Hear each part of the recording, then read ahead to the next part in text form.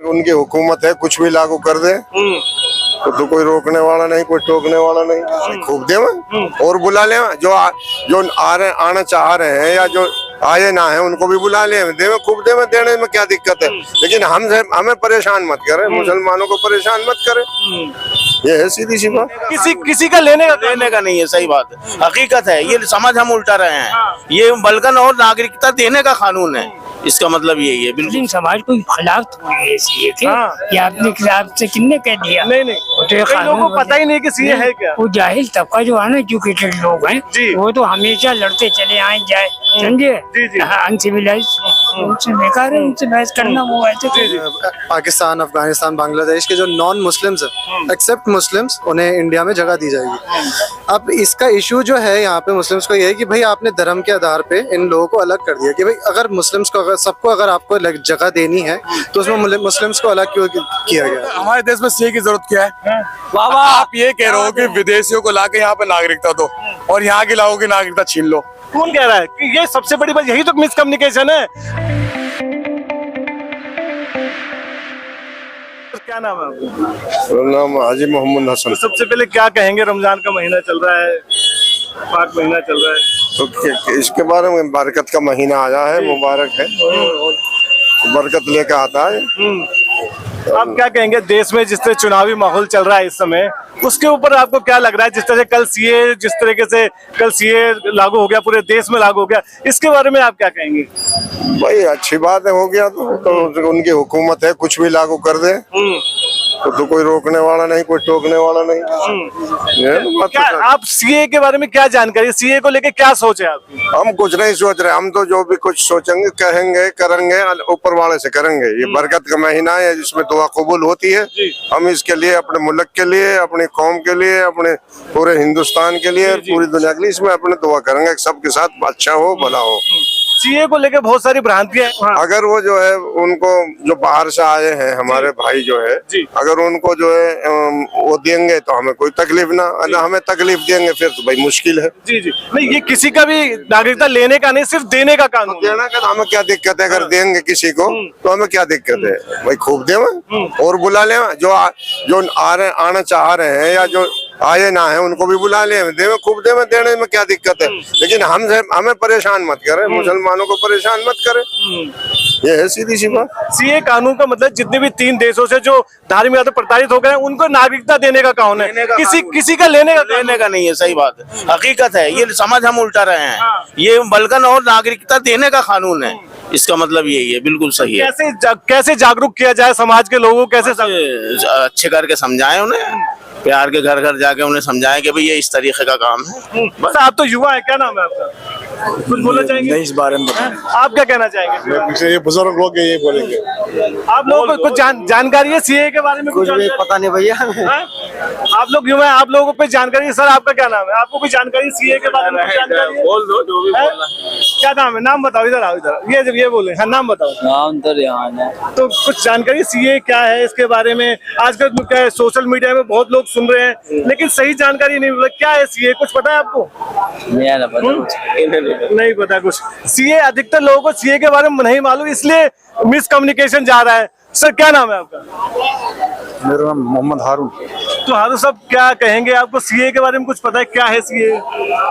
जब लागू होगा, जब पता होगा ना। नहीं, लागू हो गया, कल पूरे देश में सीए लागू हो गया। सीए क्या है, कुछ पता है आपको? नहीं, देखो अभी सीए से इतना वो नहीं, जो एनआरसी का मसला है ना, एनआरसी वगैरह, उसमें थोड़ा सीए से कोई ज्यादा कोई। सीए है क्या, आपको कुछ पता है इसके बारे में? इसमें ये जो अमेंडमेंट बिल आया ना, ये जो कहते हैं कि इसमें मुस्लिम जो है यहाँ से निकाले जाएंगे, ऐसा कुछ नहीं है। ऐसा एक्चुअली यही मिसकम्युनिकेशन है जो समाज में फैला है। ये सिर्फ कानून, ये नागरिकता देने का कानून है। हाँ, ये छीनने का नहीं है। ये तो छीनने का। आप समाज को कैसे जागरूक करेंगे? ठीक है, समाज ठीक है, फिर भी अभी तक तो ठीक है, अभी कोई बात है नहीं। समाज तो अधिकतर लोगों को ये नहीं पता कि सीए है क्या। आपको पता है सीए क्या है? नाम क्या आपका पता है आपको? सीए क्या है? चाचा मैं आपसे बात करूं, आप अपने समाज में जो है कैसे जागरूक करेंगे सीए के लिए, जो मुस्लिम समाज में मिसकम्युनिकेशन चला है कि सीए को लेकर? मुस्लिम समाज को खिलाफ थोड़ी है सीए के, हाँ। ये अपने खिलाफ से किसने कह दिया? नहीं नहीं, वो तो ये कई लोगों को कानून पता ही नहीं कि सीए है क्या। वो जाहिल तबका जो है ना, एजुकेटेड लोग हैं, जी। वो तो हमेशा लड़ते चले आए जाए, समझे? जी, जी। अनसिविलाइज, उनसे बेकार है, उनसे बहस करना वो ऐसे जी जी, चलिए और लोगों से भी जान के कोशिश करेंगे कि क्या राय है सीए को लेके, क्या जानकारी है आपको? नहीं, मैं पॉलिटिक्स से तो मैं दूर ही रहता हूँ, मैं बाकी अपना पढ़ाई वगैरह पे ध्यान नहीं, देता अब हूँ। तो वैसे आप सोशल मीडिया देखते हो, सीए के बारे में क्या है सीए, कुछ नहीं, बताइए। प्रॉपर जो मेरे को थोड़ा थोड़ा जो मालूम है, जो पाकिस्तान, अफगानिस्तान, बांग्लादेश के जो नॉन मुस्लिम्स हैं, एक्सेप्ट मुस्लिम्स, उन्हें इंडिया में जगह दी जाएगी। अब इसका इशू जो है यहाँ पे मुस्लिम्स को ये है कि भाई आपने धर्म के आधार पे इन लोगों को अलग कर दिया कि भाई अगर मुस्लिम्स को, अगर सबको अगर आपको जगह देनी है तो उसमें मुस्लिम्स को अलग क्यों किया गया है? तो इशू ये है कि अगर आप मुस्लिम्स को भी अगर जगह दे देते तो उससे इशू कुछ नहीं होता। हालांकि ये जो है बोलते कहते हैं नागरिकता छीनी जाएगी, उसके बारे में मेरे को कुछ मालूम नहीं नहीं, है। इसमें कोई नागरिकता छीनी जाए, सिर्फ देने का। आपने बहुत सही सवाल उठाया है। देखिए क्या है कि इसमें एक ये पॉइंट है कि ये तीनों देश हैं, ये मुस्लिम देश है, यहाँ पे मुस्लिम देश एक है, तो यहाँ पे जो बहुसंख्यक है वो तो क्या कहते हैं प्रताड़ित नहीं हो सकते धार्मिक आधार पर। जो धार्मिक आधार पर जो प्रताड़ित है उनको संरक्षण दिया जाए। जी, मैं आपसे जानना चाहूँ, ये मुद्दा ये है कि इसलिए वहाँ पे सिर्फ वहाँ पे अल्पसंख्यक है, जो 6 कम्युनिटी है, चाहे हिंदू हो, चाहे सिख हो, चाहे पारसी हो, चाहे ईसाई हो, चाहे इन। तो आप ये कह रहे हैं कि पाकिस्तान और राजस्थान में जो माइनॉरिटीज हैं वो परेशान है, इंडिया के अभी सिचुएशन सही है, स्टेबल है? मेरा क्वेश्चन है, मणिपुर में जो हिंसा लगातार चल रही है, क्या उसे स्टेबल कर पाई है मोदी सरकार? नहीं, उनको तो कहीं भगाने की कोई बात नहीं, ऑब्वियस सी बात है ना, अगर इंडिया की अगर सिचुएशन अच्छी होगी तो हम बाकी कम्युनिटी, बाहर के लोगों को भी कंट्रोल कर पाएंगे अंदर लाके। अगर इंडिया के अंदर ही स्टेट एक ऐसी प्रॉब्लम है जिसके बारे में बोल चुकी है मोदी सरकार, तो आगे हम और किसका कैसे ख्याल रखेंगे? इंडिया का मुसलमान तो सुरक्षित है। इंडिया जो जिस तरीके से बात करेंगे लेकिन तीन, अगर वो तीनों के कंट्री में जो अल्पसंख्यक है वो कहाँ जाएंगे? उनके पास तो कोई दूसरी जगह नहीं है, हिंदू के पास कोई दूसरी जगह है नहीं। ऐसा है, पहले हम इंडिया की ऑडियंस को पकड़ लें, उन्हें डेवलप कर लें, बाकियों का बाद में देखेंगे, हिंदू मुस्लिम उन्हें बाद में देखेंगे। पहले इंडिया की जो ऑडियंस है, जो जनता है, अगर वो उनको आप नौकरी ढंग से दे पा रहे हैं, रोजगार दे पा रहे हैं, इन्फ्लेशन कम है, आप डेवलपमेंट सही कर पा रहे हैं, वायलेंस नहीं है, 0% वायलेंस हो रहा है। अब कश्मीर में आए दिन होते हैं, हालांकि 370 लगा दिया है, अब उसके बावजूद भी अगर आपको आतंकवादी लोग घटनाएं हो रही हैं तो फिर उसका क्या फायदा आपको है? क्या लगता है अभी इन पिछले 10 सालों में मोदी काम को कैसे देखे? कुछ काम हुआ है आपको? कुछ लगता है काम हुआ है? क्या हुआ है तो क्या हुआ है? क्या हुआ है तो मेरे को नहीं मालूम है। नेगेटिव बहुत सारी चीजें हुई हैं। आप जीडीपी अगर बढ़ा दो और पर कैपिटल इनकम देखो तो उससे कोई रिलेट नहीं करता है। इंसान की इनकम नहीं है लेकिन जीडीपी हाई होने से उससे क्या फायदा? तो फिर इस हिसाब से तो कोई डेवलपमेंट हुआ नहीं है। तो कह रहे योगी मोदी ने इतना विकास कर दिया, हाईवे बनवा दी। तो भाई देखो, मैं भी कह दूं मैं वजीर आजम बनना चाहता हूँ तो मैं बन तो जाऊंगा नहीं है, तो नहीं। अगर आपको अपने ऊपर विश्वास है तो आप उस पर काम करेंगे तो होगा, क्यों नहीं होगा? तो भाई कहाँ मुसलमान भी वजीर आजम बन सकता है, बिल्कुल बन सकता है, हमें उससे इशू नहीं होता। आप बिल्कुल बात ऑपोजिट ले गए। हाँ, तो इससे कोई इश्यू नहीं है। ये है कि अगर आप इंडिया की पहले अगर जनता को आप संभाल पा रहे हैं, मणिपुर में वायलेंस रोक पा रहे हैं, कश्मीर में आतंकवाद रोक पा रहे हैं और सुसाइड स्टूडेंट्स की रोक पा रहे हैं, तो आप जरूर बाकी लोगों को अंदर देश का युवा क्या सोचा, देश का मुस्लिम युवा क्या सोचा 2024 में जो लोकसभा इलेक्शन हो रहे हैं उसके ऊपर क्या टिप्पणी है भाई? हाँ, इलेक्शन कौन जीतेगा उसका मेरे को कोई मालूम नहीं है। मुझे जिसे वोट करना है मैं अपने आप पर्सनली वोट करूंगा। बाकी जनता क्या चाहती है वो जनता बताएगी, मेरा कोई पर्सनल ओपिनियन नहीं है इसमें। हाँ, वो तो ऑब्वियस सी बात है, रिजल्ट जब आएगा तो मालूम पड़ेगा। बाकी अगर ईवीएम को लेके है थोड़ा सा, उसको आप थोड़ा सा बोलना चाहिए कि ईवीएम अगर उस पर सवाल उठाया जा रहा है तो सुप्रीम कोर्ट को और हमारे कॉन्स्टिट्यूशन में देख करना चाहिए। अगर क्या किसका क्या अल्टरनेट देखते हैं? ईवीएम का अल्टरनेट क्या है आपके पास? बैलेट पेपर है, बैलेट पेपर है। बैक टू वर्मिलियन, मतलब दोबारा रिवर्स में जाना चाहिए हमें? नहीं, अगर ईवीएम में अगर सच्ची में अगर कोई इशू है और जांच में निकलता है तो जरूरी बात है, सही बात है, उससे इलेक्शन कमीशन ने बुलाया था एक बार, कोई पार्टी नहीं पहुंची वहाँ। ये इसका नहीं मालूम है मेरे को। नाम बताइए आप, क्या नाम? मेरा नाम आकिब रजा। तो रजा साहब ये बताइए कि जिस तरीके से रमजान का पाक महीना चल रहा है और कल ही जी सीए लागू हुआ है, अच्छा। इस पे क्या जानकारी, किसके समर्थन में है या आप इसके अगेंस्ट, क्या जानकारी आपको सीए के बारे में? सर, इनके बारे में तो हमें कुछ नहीं पता है, मगर मेरा रमजान मुबारक शरीफ शुरू है, इन पे जो है हम लोग अपना रोजे रख रहे हैं, अल्लाह की इबादत है, इस महीने में हम लोग कर रहे हैं। हाँ। सीए के बारे में क्या जानते, कुछ पता है कि सीए क्या है, इसके बारे में क्यों नहीं, इनके बारे में मुझे पता नहीं इनका क्या है नहीं है।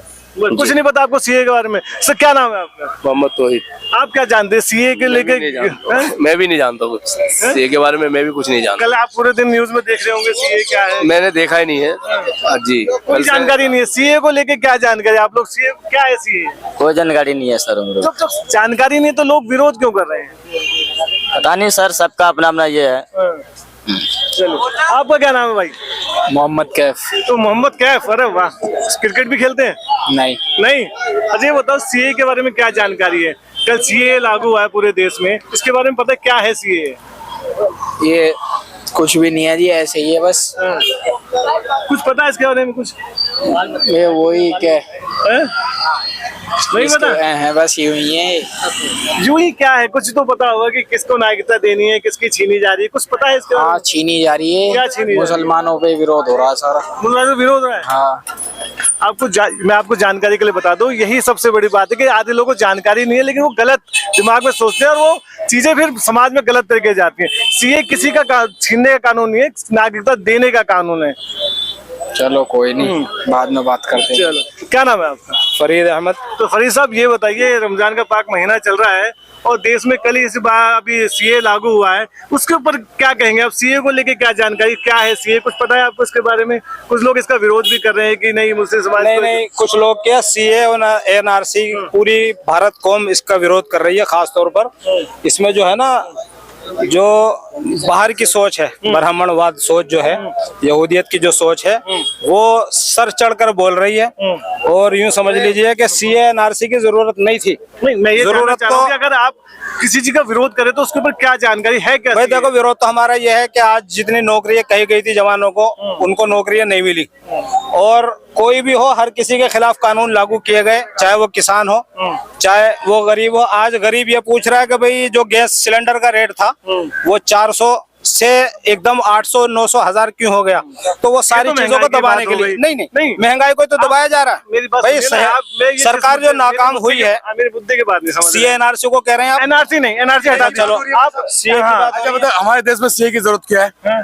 वाह आप ये कह रहे हो कि विदेशियों को लाके यहाँ पे नागरिकता दो और यहाँ के लोगों की नागरिकता छीन लो। कौन कह रहा है कि ये सबसे बड़ी बात? यही तो मिसकम्युनिकेशन है। आप लोग यही नहीं समझते कि मुस्लिम, ये नहीं समझते वो सीए में किसी की नागरिकता नहीं छीनी जा रही, तो दूसरे को दी क्यों जा रही है? पहले देश में इतनी आबादी है, पहले यहाँ पर होते हो कि यार इतनी आबादी हो रही है, जनसंख्या बढ़ रही है, तो आप बाहर के विदेशों को लाके देश में नागरिकता क्यों दे रहे हो? तो इसलिए दे रहा है जो धार्मिक रूप से प्रताड़ित है उन देशों में, उनका इसलिए वो यहाँ इसकी जो इंक्वायरी कौन करेगा? आपको पता है कि जो उनके साथ अत्याचार हुआ है नहीं हुआ है, वो ये भी तो हो सकता है कि वो यहाँ पर आए हो, यहाँ इनको संरक्षण ज्यादा मिल रहा है। जैसे आप लाजपत नगर देख लीजिए, सारा रिफ्यूजियों का सब बढ़िया तरीके से रह रहा है। ये भोगल चले जाइए, बसा के फैसिलिटी, ये फैसिलिटी के चक्कर में आ रहे हैं ना भाई साहब। जो वहाँ फैसिलिटी उन्हें नहीं मिल रही, वो यहाँ चाह रहे हैं ना। अब यहाँ के लोगों को कैसे मिलेगी फिर? यहाँ के लोग जो परेशान है उनका क्या होगा? उनका हक मरेगा ना मरेगा? आपको क्या कहना है इसमें? ठीक है, बड़ो भाई साहब जो कह रहा बढ़िया कह रहा। विदेशियों को लाकर आप नागरिकता दोगे, उन्हें बसाओगे, उन्हें नौकरी दोगे, और जो यहाँ के जो बेरोजगार है उनका क्या होगा? थोड़ा ये भी बता दो सीए का क्या है? क्या नागरिकता देने का कानून है ना, विदेशियों को नागरिकता देंगे। जैसे बांग्लादेश और पाकिस्तान, अफगानिस्तान से लोग जो देंगे, वो जो प्रताड़ित हुए, जो के सरकार कह रही है, ये सरकार कह रही है, नहीं वो सरकार नहीं कह रहा, वो लोग भी कह रहे हैं। वो लोग कह रहे हैं। मैं आके कह दूं मैं तो बहुत परेशान हूँ, मुझे परेशान किया जा रहा है यहाँ पर, तो आप मान लोगे? इंक्वायरी कराओगे ना, वहाँ की सरकार से पूछोगे कि भाई इनको वहाँ इतनी दिक्कत क्यों हो रही है? बांग्लादेश की सरकार से, अफगानिस्तान की सरकार से, और ये क्या कहते हैं पाकिस्तान की सरकार से, आप पूछोगे ना। जांच होनी चाहिए, जांच होनी चाहिए ना। जो जिनका हक है उन्हें मिलना चाहिए ना। हमें तो मिल नहीं रहा, उनको लाके बसा रहो, उनको नागरिकता दे रहे हो, इससे क्या फायदा होगा देश का? वो आबादी बढ़ेगी। खड़े हो ना, जिस जगह पे आप खड़े हो, ये बस्ती हजरत निजामुद्दीन है। ये 700-800 साल पुरानी बस्ती है। यहाँ पे जो है यूं समझ लीजिए कि जो लोग आबाद है ना 700 साल से, उनके मकानों पे नोटिस आ गए कि ये जो है मकान टूटेंगे। अब ये बताइए कि रमजान इधर शुरू होता है, उधर कानून एक और पास हो जाता है। तो मसला कहने का ये है कि सरकार जो है ना कहीं फेल हो रही है। इसी वजह से वो तरह तरह के कानून बार बार लाकर, एक तो वो गरीब नहीं चाहती। पहले मतलब ये 2024 की तैयारी लग रही है आपको? नहीं 2024 में तो क्या है कि अगर ईवीएम हटा दो, ईवीएम हटा दो तो सरकार तो ये कहीं की भी नहीं है। ये सबको मालूम है कि फिलहाल जो भी कहीं भी गड़बड़ होती है ना सबके सामने आती है, लेकिन उसको नए नए कानून लाके दबा दिया जाता है। मतलब आपको लगता है कि ईवीएम हटाने से सोल्यूशन हो जाएगा? बहुत फायदा होगा। बहुत फायदा होगा, ईमानदारी से सरकार चुनी जाएगी। ईवीएम हटना चाहिए। जो पहले बैलेट पेपर से होते थे, जो बूथ कैप्चरिंग हो जाती थी, वो क्या? नहीं, आज कैमरे का दौर है कि 2024 में हम जी रहे हैं, तो अगर मैं क्या 2024 में जी रहे हैं और फिर आप बैलेट पेपर में जाने के बाद? नहीं कुछ नहीं होता है। देखो ऐसा है कि चाइना उसको यूज नहीं करती। हाँ, अक्सर जो मुल्क देखेंगे ना आप, भाई आप मिसाल देते हैं, चाहे वो लंदन की मिसाल दे, चाहे जापान की मिसाल दे, वहाँ पे बैलेट पेपर से ही आज भी वोटिंग होती है। 2024 के इलेक्शन जीतने के लिए हरियाणा में सरकार बदल दिया, हरियाणा में सरकार बदल दिया। इसी के सहयोगी अनिल विज भाग गया वहाँ से, जो गृह मंत्री है अभी इस टाइम, वो क्यों भागा? वहाँ से पूछो ना। ये सरकार अपनी हुकूमत के लिए अपनी चाल साल से भी जाता, काम दाम ढंड भेद सारा इस्तेमाल इतना करता, इसका जवाब नहीं है। समझ गया? देखो बहुत सारे इश्यूज हैं। इश्यूज जो है ना सीए नहीं है खाली, हर इश्यूज पर सरकार फेल है, हर इश्यूज पर। सरकार आजकल तो नरेंद्र मोदी खुद ही कह रहे हैं 400 पार, आपको क्या लग रहा है? नहीं 400 पार, देखो हम तो ये कह रहे हैं कि ईवीएम जो हम हटाने को कह रहे हैं ना, मशीन का सारा सिस्टम जो है इलेक्ट्रॉनिक सिस्टम, वो सरकार के पास है और नियत सही नहीं है। अगर वॉलेट पेपर से आप भी चाहते हो, वॉलेट पेपर से अगर हुकूमत बनेगी तो वो इंसाफ की हुकूमत बनेगी। और दूसरे ये कि अगर ऑपोजिशन, देखो जमहूरियत को चलाने के लिए ऑपोजिशन पार्टी की जरूरत होती है, सबको दबा दिया, किसी को कहीं गलत तरीके से। बहरहाल कहने का यह है कि इश्यूज बहुत सारे हैं, 2024 भी आ जाएगा 2000 और दूसरे ये है कि हमें कोई खौफ नहीं है सीए का।